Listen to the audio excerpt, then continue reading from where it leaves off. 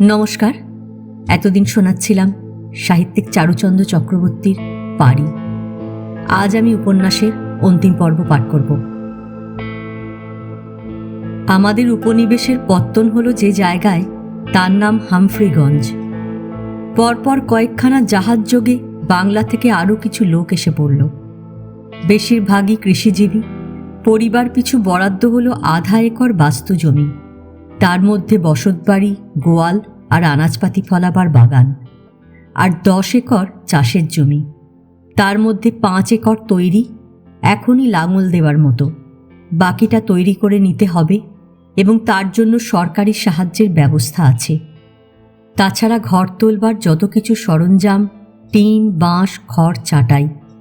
চাষবাসের জন্য একজোড়া মোষ তো রইলই, তার উপরে একটি করে দুধওয়ালা মহিষী। অনেক দিন পরে দুধ উঠল দুগ্ধপোষ্য শিশুদের মুখে। তার ভাগ পেল বড়রা।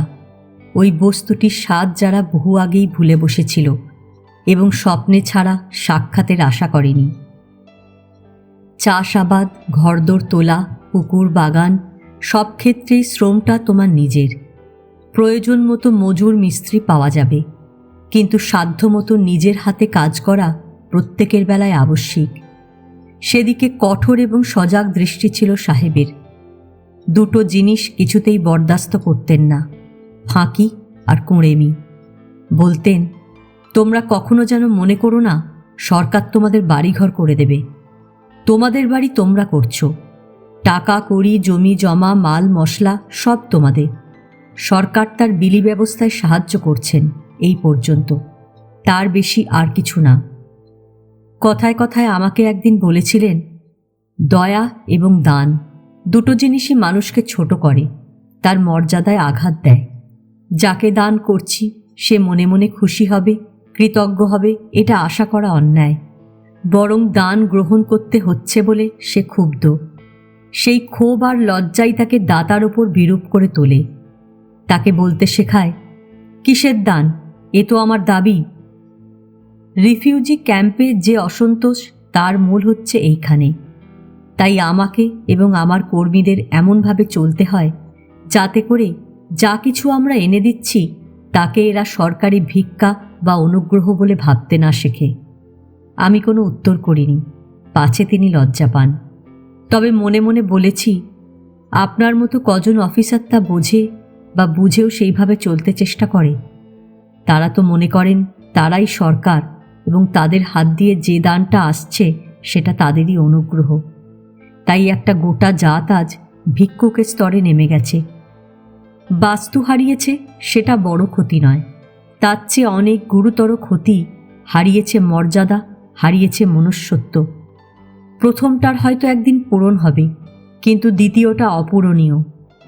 এই সাহেবটিকে প্রতিদিন দেখেছি, কখনো জিপে, কখনো সাইকেলে, কখনো পায়ে হেঁটে চলেছেন মাইলের পর মাইল।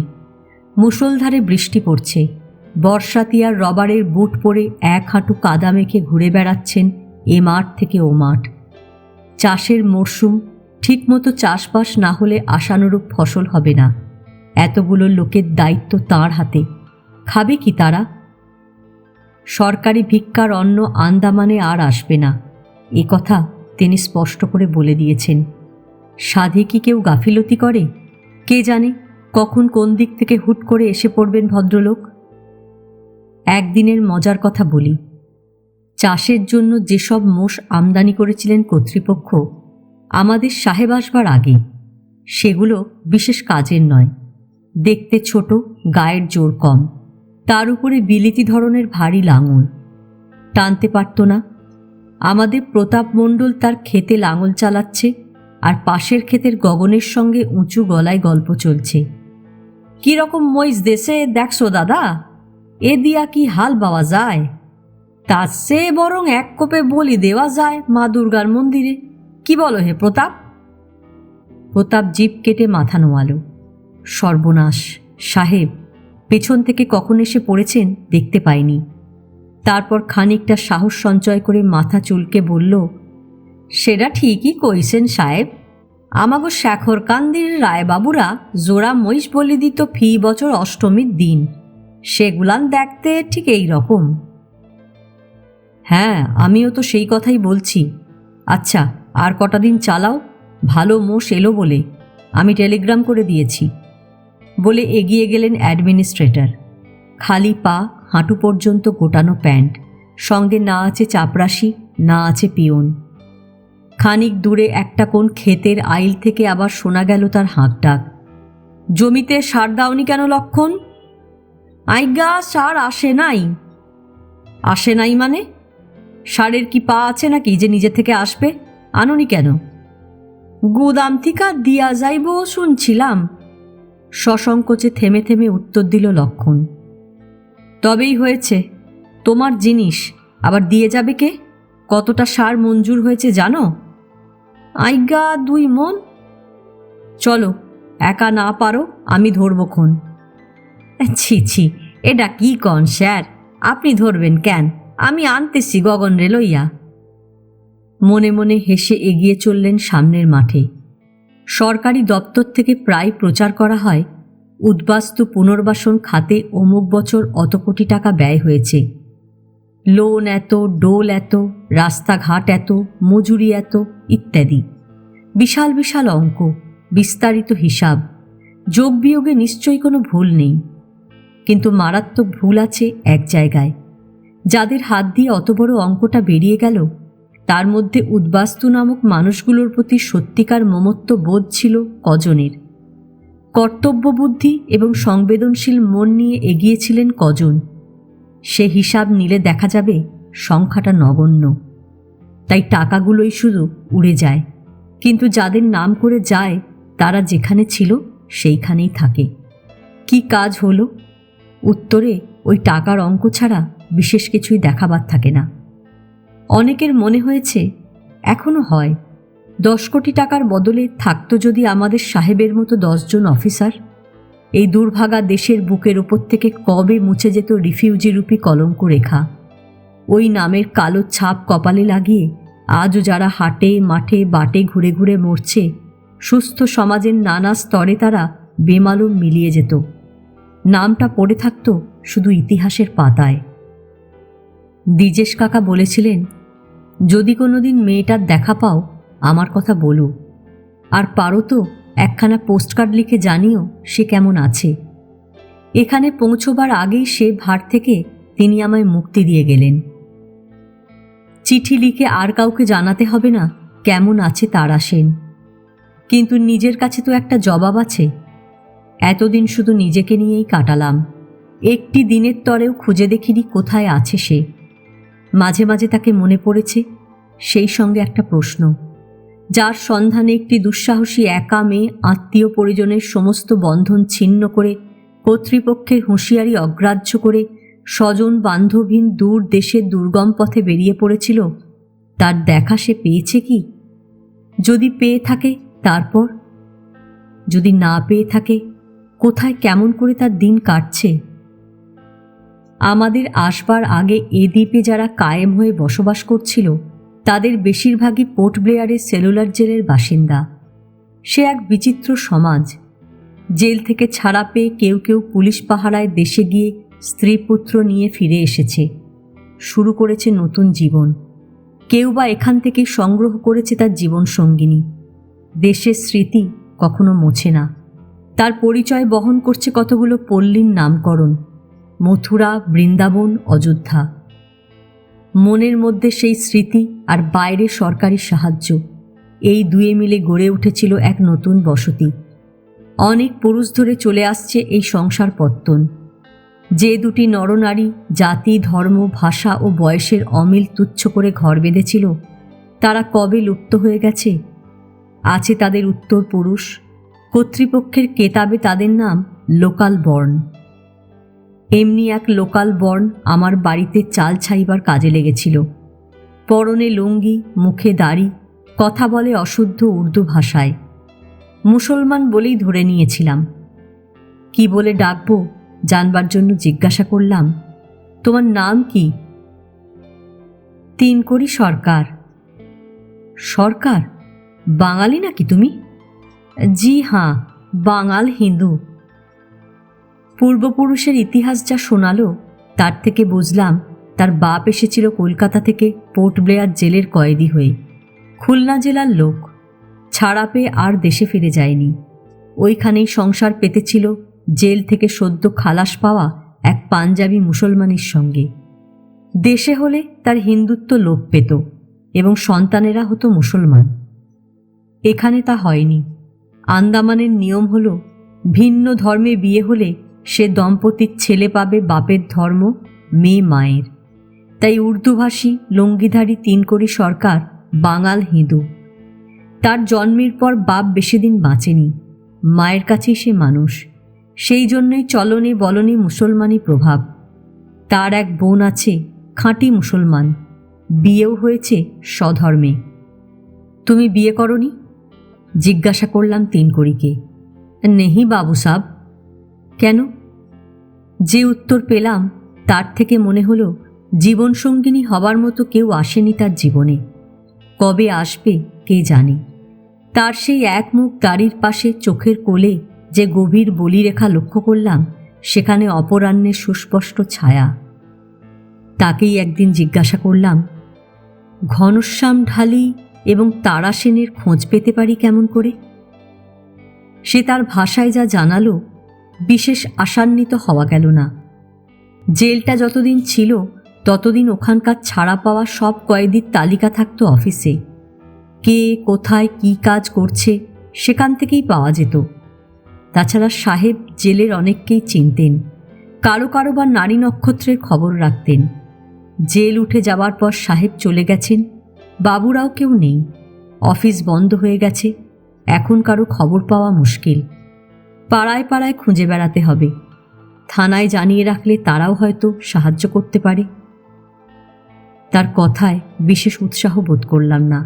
সরকারি সেরেস্তার লোক নই যে রিপোর্ট দেবার তাগিদ থাকবে, সাংবাদিক নই যে তথ্য সংগ্রহের প্রয়োজন, সাহিত্যিক নই যে ভ্রমণ কাহিনী লিখতে হবে। যাদের খোঁজ করছি তারা আমার আপনার জন্য নয়। পুলিশের দ্বারস্থ হব কোন অজুহাতে? তাছাড়া তারা সেন যদি আজও এখানে থেকে থাকে, সংবাদ সংগ্রহের এই রাস্তাটা সে হয়তো পছন্দ করবে না। সুতরাং কাজ নেই আমার সন্ধানে। যেখানেই থাক ঈশ্বর তাকে সুখে রাখুন এই প্রার্থনা করি। নাইবা হলো দেখা, নাইবা জানলাম তার বাকি জীবনের ইতিহাস। যেটুকু জানি অক্ষয় হয়ে রইল আমার অন্তরের কোণে। দ্বিজেশ কাকা বলেছিলেন সে শিখা, সেই রূপেই তাকে দেখেছিলেন তিনি। কিন্তু আমার কাছে তারা সেন সেই পদ্মা তীরের দমকা হাওয়া, অফুরন্ত প্রাণবেগে উচ্ছল। এই সান্ত্বনা দিয়েই নিজেকে বোঝাতে চেষ্টা করেছিলাম। তবু মাঝে মাঝে বড় ইচ্ছা হতো একটিবার যদি দেখা পেতাম, একটা কথা জানবার ছিল।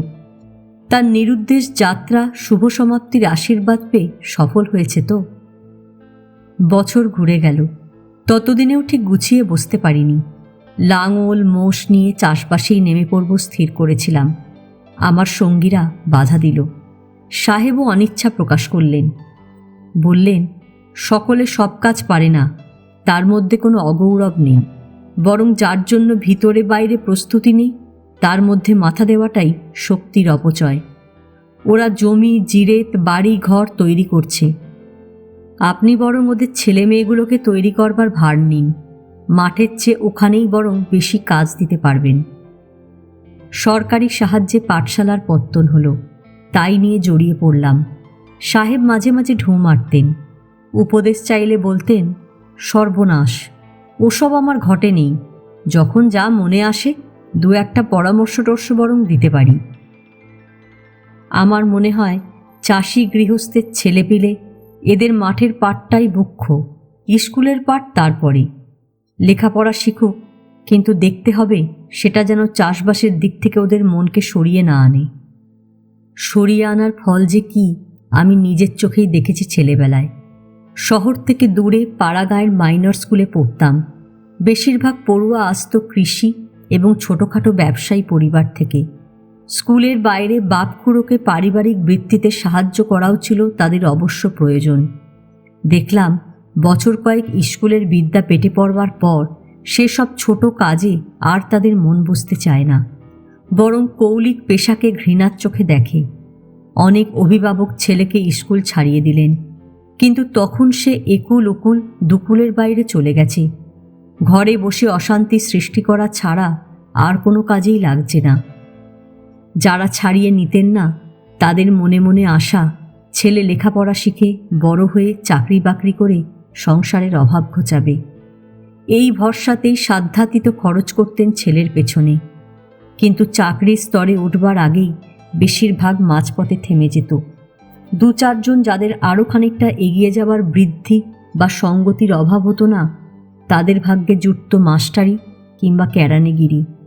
এতগুলো বছর ধরে সংসার যা তুলে দিয়েছে ছেলের হাতে, ওই চাকরি থেকে সে তার শিখিভাগও ফিরিয়ে দিতে পারে না। তাই বলে চাষির ছেলে চিরদিন চাষি হয়েই থাকবে আর উচ্চশিক্ষার দরজাটা খোলা থাকবে উঁচু জাতের জন্যে? তর্ক তুলেছিলেন আমাদেরই একজন যুবক শিক্ষক। পাল্টা তর্ক করিনি, কেননা বরাবর দেখেছি ও বস্তুটার ধর্মই হলো শুরু হলে আর শেষ হয় না। মনে মনে বলেছিলাম, সে দরজায় ছেলেকে হাত ধরে পৌঁছে দেবার সঙ্গতি যতদিন তার না হচ্ছে চাষির নিজের শক্তিতে অথবা রাষ্ট্রের আনুকূল্যে, ততদিন দুটোই চলুক, স্কুলেও পড়ুক, মাঠেও যাক। শিক্ষণ বৃত্তির সঙ্গে সঙ্গে আমার সেই পুরনো বাসনাটাও একটু একটু করে কাজে লাগাতে শুরু করেছিলাম। ধর্মচর্চা, নিজের জন্যে নয়, অপরের কল্যাণে, অর্থাৎ পৌরোহিত্যে। দ্বিজেশ কাকা ঠিকই বলেছিলেন, পদ্মাপাড়ের মানুষ যেখানেই থাক, শনি আর লক্ষ্মী তার সঙ্গের সাথী। জন্মভূমি থেকে বহু দূরে এই সাগর পাড়ের গৃহপ্রাঙ্গণেও হঠাৎ একদিন বেজে উঠল কাঁসর ঘণ্টার কলধ্বনি। তার সঙ্গে চারিদিকের বনভূমি সচকিত করে বঙ্গজা নারীর সুমধুর রসনাঝঙ্কার পদ্মাপাড়ে রুলু। ঘরে ঘরে বসল লক্ষ্মীর পট, আর ওরই মধ্যে যারা একটু সম্পন্ন গৃহস্থ, তাদের উঠোনে শুরু হলো শনি সত্যনারায়ণের সিন্নি। নতুন কাজ জুটল আমার। সকলের আগ্রহে একটি শালগ্রাম শিলা সংগ্রহ করে গৃহদেবতার প্রতিষ্ঠা করা হলো। ছোট্ট সুন্দর ঠাকুর ঘরখানি গ্রামের সবাই মিলে হাতে হাতে তুলে দিয়ে গেল। নিত্য পূজার উপাচার তাও এলো সর্বসাধারণের ভাণ্ডার থেকে। শনিবারের সন্ধ্যাগুলো বড় একটা ফাঁক যায় না। তাম্র কুণ্ডের মধ্যে শালগ্রাম বসিয়ে চলে যাই এ গ্রাম থেকে ও গ্রাম, হামফ্রিগঞ্জ থেকে মংলোটন। আমাদের পরে আরও কয়েক হাজার রিফিউজি এসে গেছে, দূরে দূরে তাদের বসতি। সেখান থেকেও মাঝে মাঝে ডাক আসে শনি সত্যনারায়ণের পুজো। এমনি একদিন এক কলোনিতে সত্যনারায়ণ হচ্ছে। ও অঞ্চলের সবচেয়ে নামী লোক হারান বিশ্বাসের বাড়ি। পুজো শেষ করে পাঁচালি পাঠ শুরু করেছি। ওদিকে সিন্নি মাখার আয়োজন চলছে। সামনে স্তূপীকৃত লোভনীয় উপকরণ সাজানো, সারি সারি ধাম্বাভর্তি আলু চালের গুঁড়ো, কাঁদি কাঁদি কলা, গামলা ভরা একবার ফুটিয়ে নেওয়া খেজুর রস। একটি চমৎকার মিষ্টি গন্ধ উঠছে তার ভিতর থেকে। ভক্তদের সামনে নানা আকারের পাত্র নিজের বাড়ি থেকেই সঙ্গে করে নিয়ে এসেছে তারা। শনির প্রসাদ রেখে দেওয়া চলবে না। পুজো স্থানে এবং খোলা আকাশের নিচে বসে তখনই গ্রহণ করতে হবে, শাস্ত্রের বিধি। তা না হলে এই খেয়ালি দেবতাটি রুষ্ট হন, অর্থাৎ এই নিয়ম যে ভঙ্গ করে তার উপর দৃষ্টি দেন। সে যে কি পদার্থ একটি শিশুও তা বোঝে, কিন্তু সত্যনারায়ণের বেলায় ওসব নিষেধ নেই। ওর সিন্নি ভক্তিভরে ঘরে নিয়ে গিয়ে ধীরে সুস্থে, এমনকি পরদিন মুড়ির সঙ্গেও প্রাতরাশ করা চলে। সেই উদ্দেশ্যেই এত ঘটিবাটির ভিড়। সুর করে পাঁচালি পড়ে চলেছি। আমার ডান পাশে বসে যেসব মহিলারা মন দিয়ে শুনছেন এবং কেউ কেউ কলাবতীর দুঃখে অশ্রুমোচন করছেন, তার মধ্যে একজন প্রৌঢ়া বিধবা আছেন, যাকে দেখলেই বোঝা যায় তিনি সকলের চেয়ে আলাদা। চেহারায়, চাহনিতে, সাদা ব্লাউজের ওপর থান ধুতিখানা ঘুরিয়ে পড়ার ভঙ্গিতে বেশ একটু মার্জিত রুচি এবং সম্ভ্রান্ত পরিবারের ছাপ। ঠিক এই জিনিসটা আমাদের এই চাষি, তাঁতি, জেলেমালির সমাবেশে চোখে পড়ে না। পড়লেও সেটা যে অনুকরণ তা সহজেই ধরে ফেলা যায়। বাংলাদেশের মেয়ে হলেও এবং আমাদের এই সদ্যলব্ধ বাস্তুদলে ভিড়ে গেলেও উনি বোধহয় এখানকার কোনো পুরনো বাসিন্দা। পাঁচালি শেষ হতেই শুরু হলো প্রণামের পালা। সে এক কঠিন পরীক্ষা। মা মাসির বয়সী মেয়েরা পায়ে হাত দিয়ে জিবে ঠেকান। মনে মনে যতই সংকুচিত হই, বাধা দেবার বা আপত্তি করবার উপায় নেই। ওরা ক্ষুণ্ণ হন। আমি যে পুরুত ঠাকুর, নারায়ণের প্রতিনিধি, হাত তুলে যথারীতি আশীর্বাদ করি, কিন্তু ওই মহিলাটি যখন এগিয়ে এসে আমার পায়ের দিকে হাত বাড়ালেন, রীতিমতো কুণ্ঠিত হয়ে উঠলাম। মুখ থেকে আপনিই বেরিয়ে গেল, থাক। উনি অবশ্য শুনলেন না। প্রণাম সেরে স্নিগ্ধ কণ্ঠে বললেন, আমার বাড়িতে একদিন নারায়ণ পুজোর আয়োজন করবার ইচ্ছা। আপনি যদি অনুগ্রহ করে পায়ের ধুলো দেন, এখান থেকে মাইল খানেকের বেশি হবে না। বললাম, বেশ তো, এতে আর অনুগ্রহের কি আছে, কিন্তু আমি তো ঠিক চিনি না কাউকে। যদি আমি গিয়ে আপনাকে নিয়ে আসব। পাশ থেকে বলল একটি 20-22 বছরের ছেলে। তার দিকে ফিরে বললাম, বেশ, কিন্তু শুধু পুজোর দিন গেলে চলবে না, তার অন্তত 2 দিন আগে একটা খবর দিতে হবে, তা না হলে হয়তো অন্য কোথাও আটকা পড়ে যাব। 2 দিন কেন, 4-5 দিন আগে আপনাকে জানিয়ে আসব। মহিলাটি খুশি হয়ে বললেন, তাহলে ওই কথাই রইল। অবশ্যই আপনার বাড়ি গিয়ে বলাই আমার উচিত ছিল, তা না করে রাস্তার মাঝখানে। না না, তাতে কি হয়েছে?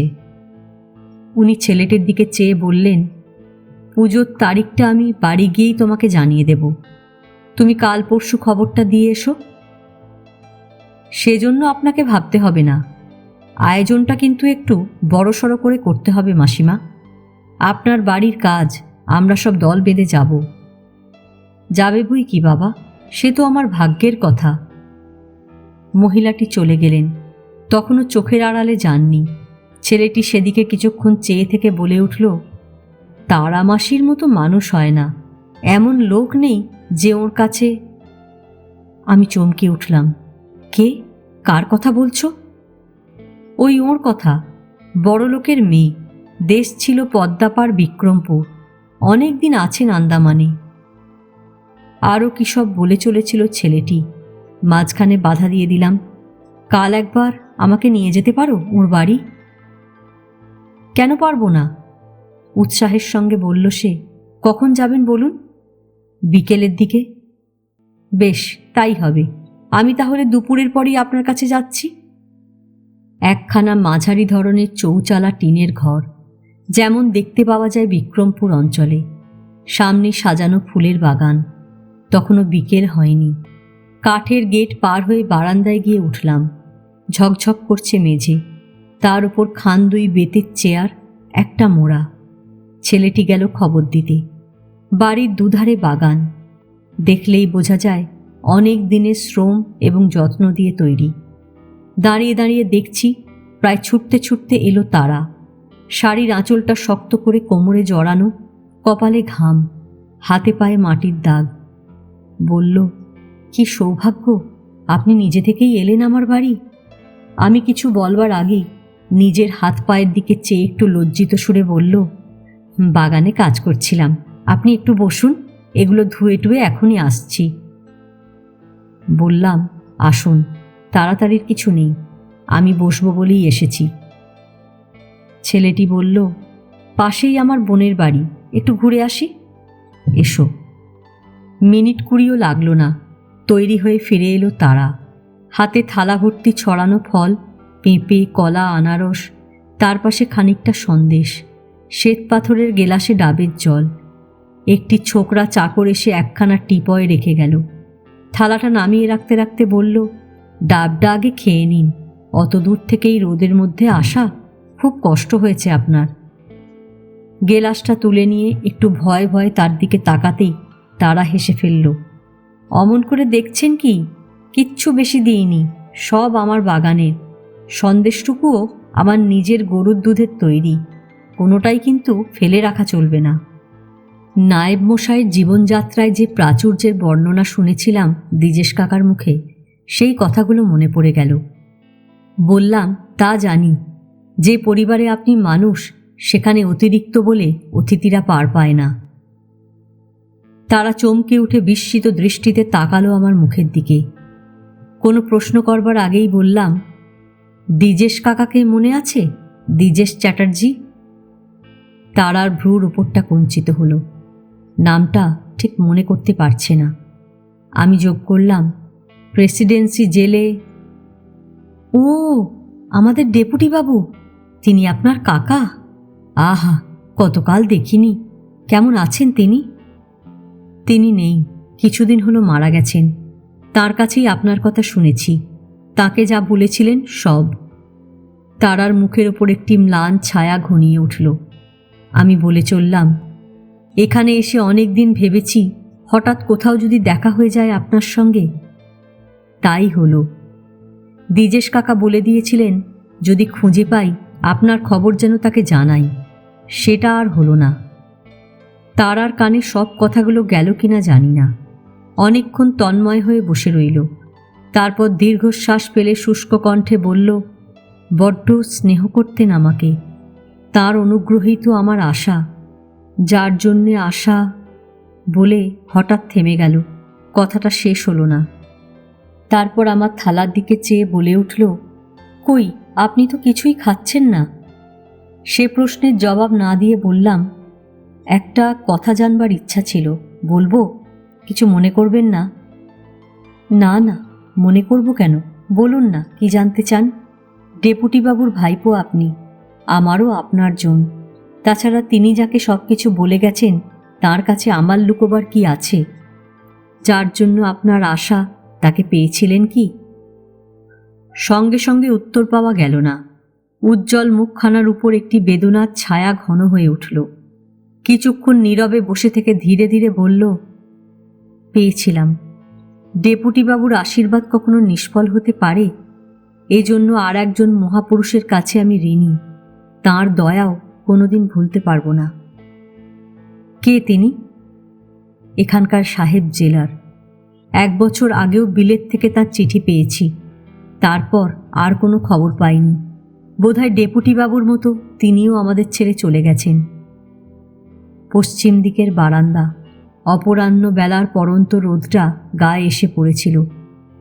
সেদিকে নজর পড়তেই তারা তাড়াতাড়ি উঠে দাঁড়িয়ে বলল, চলুন ঘরে যাই।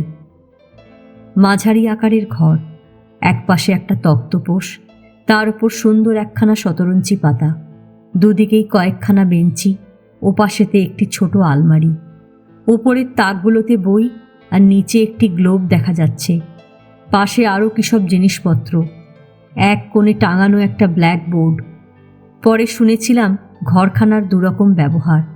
দিনে বৈঠকখানা, রাত্রে মেয়েদের নাইট স্কুল। তারাই তার অবৈতনিক শিক্ষিকা। একটা কী নাম ধরে ডাকতেই সে ছোকরা চাকরটি আবার এসে দাঁড়ালো। তারা বলল, যা তো বাবা, বারান্দা থেকে চেয়ারখানা তুলে নিয়ে আয়। আমি বাধা দিলাম, চেয়ার কি হবে? এই তো দিব্যি ফরাস রয়েছে দেখছি। আপনার অসুবিধা হবে না? অসুবিধা কি বলছেন? বরং হাত পা ছড়িয়ে আরাম করে বসা যাবে। তাই বসুন, একটা তাকিয়া এনে দিক। সে ব্যবস্থাও আছে আপনার? করিয়ে রেখেছি 2-1টা। আমার বাবা বড্ড পছন্দ করতেন। বলতে যাচ্ছিলাম তাকেও আমি জানি, কিন্তু চেপে গেলাম। দেখলাম যেন কোন দুরাগত স্মৃতির ছায়ায় মুখখানা তার ম্লান হয়ে উঠেছে। একটা নিঃশ্বাস ফেলে চাকরটিকে কী সব নির্দেশ দিয়ে তাকিয়ে আনতে পাঠালো। তক্তপোষের ওপর পা তুলে গুছিয়ে বসলাম। তারাও তার একটা কোণ দখল করল। 2-1টা অন্য কথার পর সাহেব জেলারের সূত্র ধরেই শুনলাম তার আন্দামান জীবনের সংক্ষিপ্ত কাহিনী। তারা সেনের আর এক রূপ। প্রদীপ্ত শিখা নয়, গৃহকোণে স্নিগ্ধ দীপালোক। পদ্মা তীরের উদ্দাম হাওয়া নয়, ছায়া ঢাকা গ্রাম্য প্রান্তের মৃদুল বাতাস। অনেক প্রশ্ন মনের মধ্যে জমেছিল, অনেক অদম্য কৌতূহল। প্রকাশ করবার প্রয়োজন হলো না। স্বতঃস্ফূর্ত সারল্যে যা বয়ে গেল তারই মধ্যে পেলাম আমার সকল উত্তর। শুধু তার জীবন কাহিনী নয়, জীবনের মর্মমূলে গাঁথা হয়েছিল যে আনন্দ, বেদনা, স্বাদ ও স্বপ্ন, তার অকপট অভিব্যক্তি। পোর্ট ব্লেয়ার জেলের ফিমেল ব্লক পুরুষ দুনিয়া থেকে একেবারে আলাদা, অন্য অংশের সঙ্গে একান্ত সংস্রবহীন। এখান থেকে কেমন করে তার দেখা পাবে?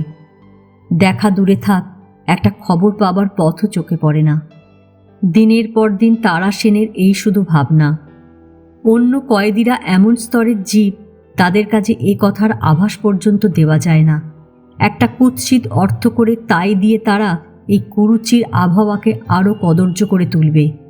মেট্রন বা ফিমেল ওয়ার্ডার যে কজন আছে তারা এক একটি চেরি। তাদের কাছে একমাত্র প্রাপ্য রূঢ় অপমান অথবা প্রাণহীন ঔদাসীন্য। বড় সাহেব আসেন সপ্তাহে একবার, চারিদিক ঘিরে একটি বিশাল বাহিনী, একটা ত্রাসের ঝড় ছড়িয়ে দিয়ে চলে যান। আর আসেন একটি সৌম্যমূর্তি শ্বেতাঙ্গ বৃদ্ধ, ধীরে ধীরে খুঁটিয়ে খুঁটিয়ে দেখেন সব, একে ওকে দু একটা প্রশ্নও করেন। মামুলি উত্তর ছাড়া আর কিছু বলবার উপায় নেই। আগে থেকেই শাসিয়ে রেখেছে মেট্রন। যখন আসেন কয়েদিরা ফিসফিস করে সশ্রদ্ধ সুরে বলে, জেলার সাহেব। সত্যি শ্রদ্ধা হয় দেখে, মনে হয় দয়া মায়া আছে। ওর কাছে বলা যায় না। কয়েকদিন মনে মনে মোহরা দিল তারা। তারপর একদিন জমাদারনির ভ্রুকুটি অগ্রাহ্য করে এগিয়ে গেল। ইংরেজিতে বলল, স্যার, আপনি যদি কিছু মনে না করেন। গেটের কাছে এসে পড়েছিলেন সাহেব। হঠাৎ যেন চমকে উঠলেন, বোধহয় কয়েদির মুখে ইংরেজি কথা শুনে। ফিরে দাঁড়িয়ে সস্নেহ কণ্ঠে বললেন, ইয়েস। জমাদারনি কি একটা বলতে যাচ্ছিল, হাত তুলে বাধা দিলেন। তারা আর একটু এগিয়ে গিয়ে বলল, আমার একটা কথা বলবার ছিল। শুধু ভাষা নয়, চেহারা, কণ্ঠ, বলবার এবং দাঁড়াবার সহজ সংযত ভঙ্গি সবটাই বোধহয় ভালো লাগলো। মৃদু হেসে বললেন, কি কথা বলো। একজন কয়েদির সঙ্গে দেখা করতে চাই। কি নাম তার? ঘনশ্যাম, ঘনশ্যাম ঢালি। সাহেব কপাল কুঞ্চিত করে বোধহয় নামটা মনে করবার চেষ্টা করলেন। মিনিট খানেক পরে বললেন, সে তোমার কে হয়? Any relation? রিলেশন? না সাহেব, সম্পর্ক তো কিছু নেই। তা যদি না থাকে, পুরুষ ও মেয়ে কয়েদির মধ্যে দেখাশোনা হতে পারে না? পারে না? শুষ্ক নিরাশ সুরে যেন আপন মনে আবৃত্তি করল তারা। চোখ দুটো ছলছল করে উঠল।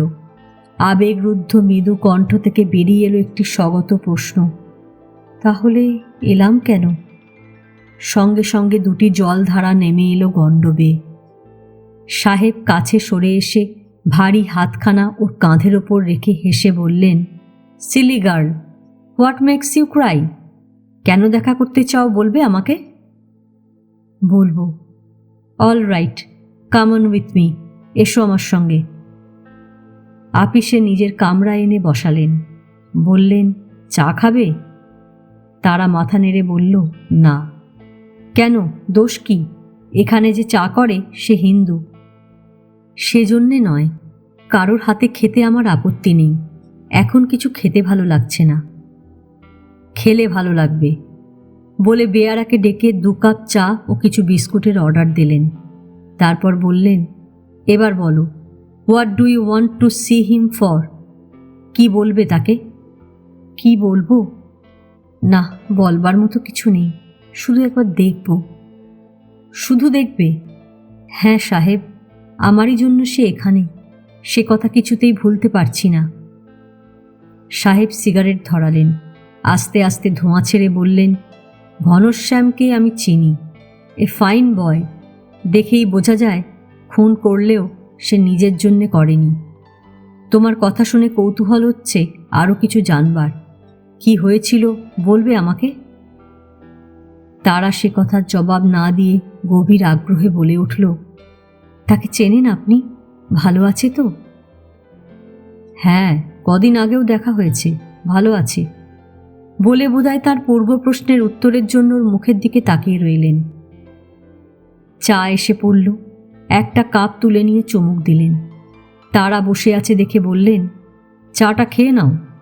বিস্কুটের প্লেটখানা ওর দিকে ঠেলে দিলেন। তারা একটু অন্যমনস্ক হয়ে পড়েছিল। হঠাৎ চমক ভাঙতে কাপটা এবং একখানা বিস্কুট তুলে নিল। চা শেষ হবার পরেও কিছুক্ষণ নীরবে কাটাবার পর সাহেব তাঁর সেই আগেকার প্রসঙ্গে ফিরে গিয়ে বললেন, অবশ্যই তোমার যদি কোনো আপত্তি থাকে আমি পীড়াপিড়ি করব না। না সাহেব, আপনাকে কোনো কথা বলতেই আমার আপত্তি নেই, কিন্তু কি বলো? অত কথা ইংরেজিতে বলবার বিদ্যে তো আমার নেই। ইংরেজিতে কেন বলবে, বাংলায় বলো। ও, তুমি বুঝি মনে করেছ আমি বাংলা বুঝি না? রীতিমতো অপমান। ছদ্ম ক্ষোভটা এমন সুরে প্রকাশ করলেন যে তারার হাসি পেয়ে গেল। সাহেব আরও গম্ভীরভাবে বললেন, শুধু যে বুঝি তা নয়, বলতেও পারি, শুনবে? বলুন না। না, তাহলে তুমি হাসবে। হাসব কেন? আমিও তো তাই বলি, কিন্তু সবাই দেখি হাসে, তখন আমার ভীষণ রাগ চড়ে যায়, আর এমন সব বড় বড় শব্দ বেরোতে থাকে যা কেউ বোঝে না। শেষের দিকটা এমন করুণ করে বললেন, তারা সত্যিই হেসে ফেলল। তারপর বলল, তা হোক, আপনাকে বলতে হবে, আমি খুব বুঝব। বেশ, তাই হবে, কিন্তু এখন তো আমি বক্তা নই, শ্রোতা। সেই ভয়ঙ্কর দিনটা থেকেই শুরু হলো তারার কাহিনী। অত বড় নাট মন্দির, লোকে লোকারণ্য। মন্দিরের সামনে দাঁড়িয়ে একটি অসহায় কুমারী মেয়ের নামে অকথ্য কুৎসা ছড়িয়ে চলেছে একজন গণ্যমান্য ভদ্রলোক। কেউ একটা প্রতিবাদ পর্যন্ত করছে না। হঠাৎ কোথা থেকে ছুটে এসে বাঘের মতো লাফিয়ে পড়ল একটা সাধারণ মানুষ। চোখের পলকে বৃষ্টি ধারার মতো তার লাঠি এসে পড়ল তার মাথার উপর। পাথর কেটে কেটে তৈরি তার দেহ, গ্রাহ্য করল না। তারপর কখন এক সময় সেই বলিষ্ঠ হাতের একটা মোক্ষম আঘাতে ঘটে গেল সর্বনাশ। ভয়ে অনেকক্ষণ চোখ খুলতে পারেনি তারা। যখন খুলল, দেখল কর্পূরের মতো উবে গেছে লোকগুলো। নাট মন্দিরের শান বাঁধানো মেজের ওপর পড়ে আছে জগদীশ রায়। মাথাটা ফেটে দুফাঁক হয়ে গেছে, তার ভিতর থেকে গড়িয়ে পড়ছে রক্তস্রোত। তারই পাশে দাঁড়িয়ে আছে সে, হাতে সেই পাকা লাঠি, চোখে জ্বলন্ত দৃষ্টি, তার মধ্যে খানিকটা বিস্ময় ও বিহ্বলতা। এতটা বোধহয় সে চায়নি, আশঙ্কাও করেনি। নিঃশব্দে দাঁড়িয়ে আছে। সবাই চলে গেছে, সে যায়নি, পালায়নি। খানিকটা দূরে দুহাঁটুর মধ্যে মাথা গুজে বসে আছেন তার বাবা নায়েব অনন্ত সেন।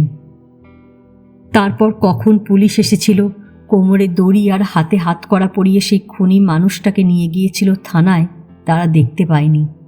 পরে শুনেছিল সব। আরও শুনেছিল ওদের এস্টেটের উকিলবাবু বারবার করে বলেছিলেন তাকে, পুলিশের কাছে যা বলেছিস বলেছিস, আদালতে কখনো বলবি না আমি মেরেছি। বলবি নিজেকে বাঁচাতে গিয়ে লাঠি চালিয়েছিলাম, কোথায় কার গায়ে লেগেছে আমি জানি না। শুনে নাকি শুধু হেসেছিল একবার। তারপর কাঠগড়ায় দাঁড়িয়ে সেই একই কথা বলে গেছে, আমি মেরেছি। কেন সে প্রশ্ন কেউ জিজ্ঞাসা করেছিল কিনা তারা শুনেনি। যদি করে থাকে কি উত্তর দিয়েছিল তাও তার কানে আসেনি। কিন্তু সে কেনর উত্তর তারার চেয়ে কে বেশি জানে। এইটুকু বলেই তারা সেদিন থেমে যেতে পারত। সাহেব দু একটা প্রশ্ন করেছিলেন, তার উত্তরেও এর চেয়ে বেশি কিছু বলবার দরকার ছিল না। কিন্তু বলতে বলতে কি এক নেশার ঘোরে যেন হারিয়ে ফেলেছিল নিজেকে। কেমন করে যেন খুলে গিয়েছিল স্মৃতির অর্গল। সেই দিনগুলো ছাড়িয়ে অনেক পিছনে চলে গিয়েছিল।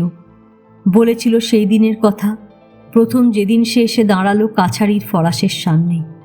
সুঠাম দেহ, সুগঠিত পেশি, তার সঙ্গে মেশানো সলজ্জ সংকোচ। বাবার পাশটিতে বসেছিল তারা। একটিবার চোখ তুলে তাকিয়েছিল সে, তারপরে চোখ নামিয়ে চলে গিয়েছিল। আশ্চর্য সেই চলন ভঙ্গি। পরদিন থেকে পদ্মা তীরের উন্মুক্ত নির্জনে আম জাম নারকেলের ছায়া ঢাকা স্বচ্ছনীর পুকুরের প্রশান্ত সিঁড়ির উপরে সূর্যাস্তের রক্তাভা জড়ানো শালুক পাতায় ঘেরা আকাশ ছোঁয়া বিলের কিনারায় ক্ষীণালোকিত বারান্দার কোণে রহস্যময় গল্পের আসরে ছোটোখাটো হাসি পরিহাস, হালকা কথা ও তুচ্ছ ঘটনার ভিতর দিয়ে কেমন করে কেটে গিয়েছিল তার কৈশোর সীমান্তের কয়েকটা বছর। তারপর হঠাৎ কবে ঘনিয়ে এলো মেঘ, দেখা দিল একটির পর একটি মহা দুর্যোগের রাত। সব ধীরে ধীরে বলে গিয়েছিল একজন প্রবীণ প্রাজ্ঞ সদ্য পরিচিত বিদেশির কাছে। পরে এই নিয়ে বিস্ময় বোধ করেছে তারা, লজ্জিত হয়েছে, মনে মনে বলেছে, ছি ছি, কিসের নেশায় পেয়েছিল তাকে, সেদিন সে কথা একবারও মনে হয়নি। সাহেব নিঃশব্দে শুনে গেলেন।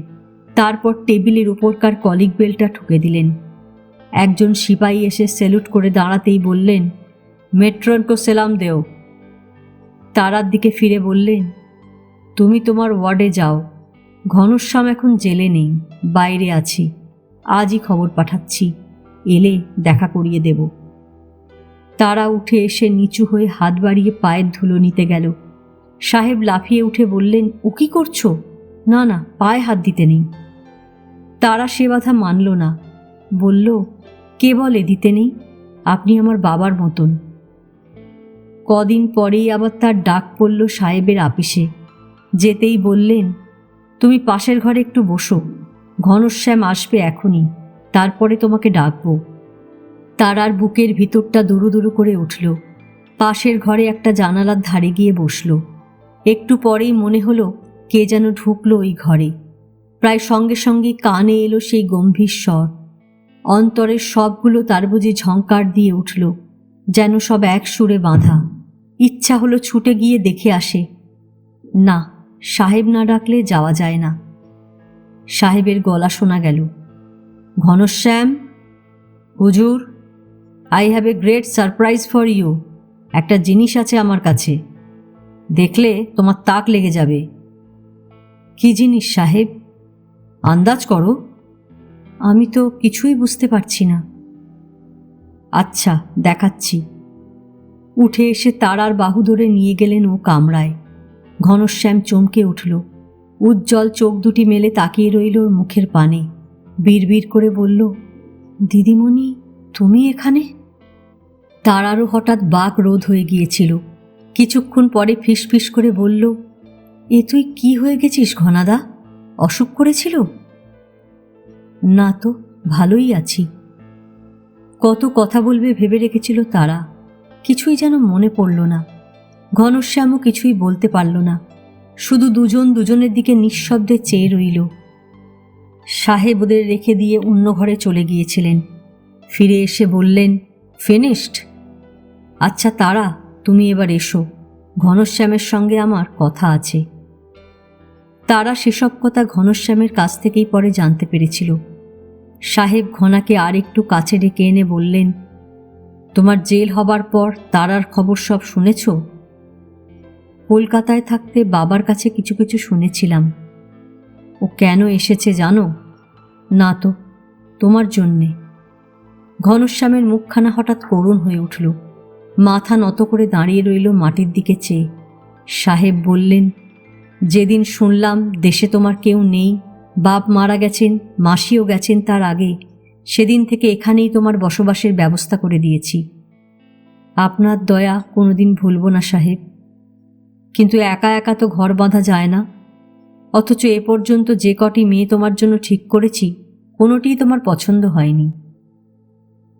আমি তো আপনাকে বলেছি সাহেব, বিয়ে আমি করতে পারবো না।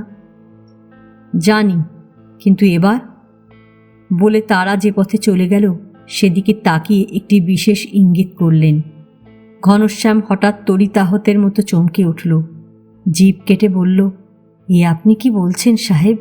উনি আমার মনিবের মেয়ে, আমি ওদের চাকর, বরকন্দাজ। ইউ সিলি বয়! যেন গর্জন করে উঠলেন জেলার। তারপর হঠাৎ স্বর নামিয়ে গম্ভীরভাবে বললেন, বুকে হাত দাও। ঘনশ্যাম ভয়ে ভয়ে ডান হাতখানা তুলে বুকের ওপর রাখল। আচ্ছা, এবার বলো, সেদিন সে লোকটার ওপর চড়াও হয়েছিলে কেন? নায়েব হুকুম দিয়েছিলেন? না হুজুর। তবে তুমি না বরকন্দাজ, হুকুমের চাকর মাত্র, বলো।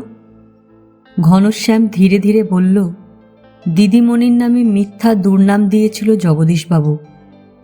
তাতে তোমার কি? ঘনশ্যাম কোনো জবাব দিল না। সাহেব ক্ষণকাল অপেক্ষা করে বললেন, যার দুর্নাম সইতে না পেরে ছুটে গিয়েছিলে, লাঠির ঘা বসিয়েছিলে সেই লোকটার মাথায়, সে কি শুধু দিদিমণি, শুধু তোমার মনিবের মেয়ে, তার বেশি আর কিছু নয়? বলো। ঘনশ্যাম তখনও নিরুত্তর। সাহেব অলক্ষ্যে মুচকি হেসে বললেন, আচ্ছা যাও, পরশু এসো এই সময়। পরদিন যথারীতি ফিমেল ওয়ার্ডের রাউন্ড সেরে তারার সেলের সামনে এসে হঠাৎ উচ্ছ্বসিত কণ্ঠে বললেন সাহেব, Bravo my child, my heartiest congratulations. উচ্ছ্বাস ও অভিনন্দনের কারণটা বুঝতে না পেরে তারা সবিস্ময়ে তার মুখের দিকে তাকিয়ে রইল। জমাদারনি এবং দু একজন মেয়ে কয়েদির মুখে সে আগেই শুনেছিল জেলার সাহেবের মাথায় রীতিমতো ছিট আছে। একসঙ্গে স্ত্রী এবং একমাত্র সন্তান, ওর বড় আদরের মেয়ে লুসি মোটর অ্যাক্সিডেন্টে মারা যাবার পর আরও কেমন পাগলের মতো হয়ে গেছেন। ওর চাল চলন কথাবার্তা ঠিক অন্য 10 জনের মতো নয়, একটু অস্বাভাবিক। সে পরিচয় তো সে নিজেই পেয়েছে, তার সঙ্গে এই মানুষটির অন্তরের পরিচয় যেটা পেয়েছে তাও অসামান্য। বেশিক্ষণ অপেক্ষা করতে হলো না, সাহেব নিজেই জানালেন তার উচ্ছ্বাসের কারণ। বললেন, হঠাৎ কেমন ইচ্ছে হলো, কাল সন্ধ্যার পর খুঁজে খুঁজে তোমার কেসের কাগজপত্রগুলো বের করলাম এবং এক নিঃশ্বাসে পড়ে ফেললাম। এ কদিন তোমাকে দেখে, তোমার কাহিনী শুনে এবং ওইগুলো পড়ে কি মনে হচ্ছে জানো? তারা কোনো জবাব দিল না। উনি নিজেই দিলেন নিজের জবাব। বললেন, অনেক দিন আগে একজন হিন্দু সন্ন্যাসীর সঙ্গে আলাপ হয়েছিল। একদিন কথায় কথায় বলেছিলেন তাদের শাস্ত্রের নারীকে বলা হয়েছে শক্তি, ফোর্স। তখন বিশেষ মনে লাগেনি। তোমাকে দেখে মনে হচ্ছে কথাটা সত্যি বলে এমনভাবে তাকিয়ে রইলেন তারার মুখের দিকে, সে রীতিমতো সংকুচিত হয়ে উঠল। তারপরই প্রতিবাদের সুরে বলল, ওসব আপনার ভুল ধারণা বাবা। আমাকে স্নেহ করেন বলেই ও কথা মনে হয়েছে। আমি তো জানি কত বড় পাপ করে। নো, কোনো পাপ তুমি করনি। পাপ করিনি? শ্রদ্ধা ভালোবাসা দিতে না পারলেও অগ্নিসাক্ষী করে যাকে স্বামী বলে গ্রহণ করেছিলাম। আই নো মাই চাইল্ড, কিন্তু তোমার ভিতরে যে অগ্নি আছে, দ্য ফায়ার ইন ইউ, সেই তোমার সব পাপ, সব অন্যায় পুড়িয়ে ছাই করে দিয়েছে। তারা চুপ করে রইল। প্রতিবাদ করে একে নিরস্ত করা যাবে না। সাহেব একটু থেমে আবার বললেন, তোমার মতো দুর্ভাগ্য কত মেয়ের জীবনেই তো ঘটেছে। কি করে তারা? বেশিরভাগ অন্যায় ও অপমানের সঙ্গে আপোষ করে মরে বেঁচে থাকে সারা জীবন। কেউ বিষ খায়, গলায় দড়ি দিয়ে মরে। কেউ বাইরের প্রলোভনে সাড়া দিয়ে সর্বনাশের পথ ধরে। কারো জীবনে দেখা দেয় দ্বিতীয় পুরুষ, তারই সাহায্যে লুকিয়ে গোপন পথে তার পথের কাঁটা সরিয়ে দেয়। সেরকম মেয়ে আমি দেখেছি। এখানেও আছে 2-3 জন। দে আর রিয়েল সিনার্স, পাপী তারা। তুমি কোনো পাপ করনি। সুস্পষ্ট তেজোদ্দীপ্ত কণ্ঠের ধ্বনিগাম্ভীর্যে সমস্ত বারান্দাটা গমগম করতে লাগল। তারা চোখ দুটি জলে ভরে উঠল। এই কথাগুলো যে সে সত্য বলে মেনে নিল তা নয়, কিন্তু এর প্রতিটি বর্ণের ভিতর দিয়ে এই বৃদ্ধ পলিত কেশ অনাত্মীয় বিদেশি মানুষটির যে অপরিসীম স্নেহ ও দরদ খরিত হল, তারই সিঞ্চনে সে অভিভূত হয়ে পড়ল। সাহেব বোধহয় সেসব কিছু লক্ষ্য করলেন না। যেতে যেতে হঠাৎ ফিরে দাঁড়িয়ে বললেন, বাই দি বাই, বিয়ের পরে তোমার নাম ছিল Tara Gupta, because you married a Gupta. ওয়ারেন্টে দেখছি টারা সেন। এটা কেমন করে হলো? আমি বলেছিলাম বদলে দিতে। ওয়াই? ঠিক বলতে পারবো না। কি যে মনে হয়েছিল তখন। বোধহয় ভেবেছিলাম মানুষটাকেই যখন পেলাম না, একটি দিনের জন্যেও না, তখন তার নামের বোঝাটা বয়ে বেড়াই কেন? সাহেব কথা বললেন না। মাথায় কটা দোলা দিয়ে চিন্তান্বিত মুখে ধীরে ধীরে চলে গেলেন। মাসখানেক কেটে গেল। সাহেবের সঙ্গে মাঝে মাঝে দেখা হয়েছে অন্য সকলের দলে, বিশেষ কোনো কথা হয়নি। একদিন মেট্রন বললেন, তোমাকে এবার বাইরে গিয়ে থাকবার পারমিশন দেওয়া হবে, হুকুম হয়ে গেছে। বাইরে গিয়ে কোথায় থাকবো আমি? আমার তো কেউ নেই এখানে। গোড়াতে কারুরই থাকে না, জুটিয়ে নিতে হয়, সবাই তাই নেয়। তারা আর এ প্রসঙ্গ অগ্রসর হতে দিল না। বলল, জেলার সাহেবের সঙ্গে একবার দেখা করতে পারি? তিনি তো রোজই আসেন এখানে। এখানে নয়, অফিসে। তাহলে আগে থেকে অনুমতি আনিয়ে নিতে হবে। তার আর দরকার হলো না। সেখান থেকেই ডাক এলো। গিয়ে দাঁড়াতেই সাহেবও ওই একই খবর দিলেন। দিন কয়েকের মধ্যেই তাকে বাইরে যেতে হবে। জমি জমা ঘর দৌড় তোলবার বন্দোবস্ত সব হয়ে গেছে। কিন্তু কোথায় থাকবো আমি? জিজ্ঞাসা করল তারা। জেলার সাহেব কাজ করছিলেন। মুখ না তুলেই গম্ভীর গলায় বললেন, সে পাড়াটার নাম মংলুটন। একা থাকবো কেমন করে? একা কেন, তোমার বরকন্দাজ আছে কি করতে? বলে মুখ তুলে হাসলেন। তারার বুকের ভিতরটা একবার নড়ে উঠল। বলল, আপনি তো জানেন বাবা, আমার বিয়ে হয়েছিল, আমি বিধবা। জানি, কিন্তু টারা গুপ্তা ইজ ডেড। তুমি নিজেই তো তাকে মেরে ফেলেছ। এখানে তুমি আবার সেই পদ্মাপাড়ের টারা সেন। তারা চুপ করে দাঁড়িয়ে রইল। তার আনত মুখের দিকে চেয়ে সাহেব বললেন, যে জীবন পিছনে ফেলে এসেছ তার কথা ভুলে যাও। Go ahead, you have come to a new land and to a new life. নতুন দেশ শুধু নয়, নতুন জীবন, বলতে পারো নতুন জন্ম, নিউ বার্থ। কোথায় যেন চলে গিয়েছিলাম। হঠাৎ মনে হলো, কই তারা সে মৃদু কণ্ঠ তো শোনা যাচ্ছে না। আধ শোয়া অবস্থায় চোখ বুজে পড়েছিলাম সেই তাকিয়াটার উপর। চোখ খুলতেই দেখি তার সেই বসবার কোণটা খালি। একটু পরেই সে এলো, হাতে চা, তার সঙ্গে আর এক দফা জলযোগের উপকরণ। বললাম, ওসব আর চলবে না, পেয়ালাটা এগিয়ে দিন। একটা কিছু খাবেন না? আরেকদিন এসে খাবো, আজ নয়। তারা আর পিড়াপিড়ি করল না। চায়ে চুমুক দিয়ে ঘরের চারদিকে চোখ বুলিয়ে নিয়ে বললাম, এই ঘরেই বুঝি প্রথম এসে উঠলেন? না, সেই ঘর ভেঙে সব নতুন করে তুলেছে নিজের হাতে। আমি বলেছিলাম থাক না, তা কখনো শোনে? বলল, এখানে তোমাকে মানায় না।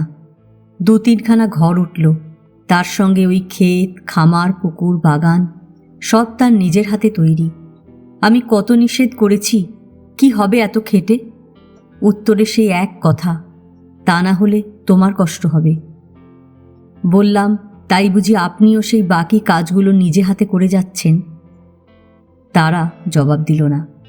এবারে প্রশ্ন করলাম, কি অসুখ করেছিল? অমন মজবুত শরীর, অত চমৎকার স্বাস্থ্য।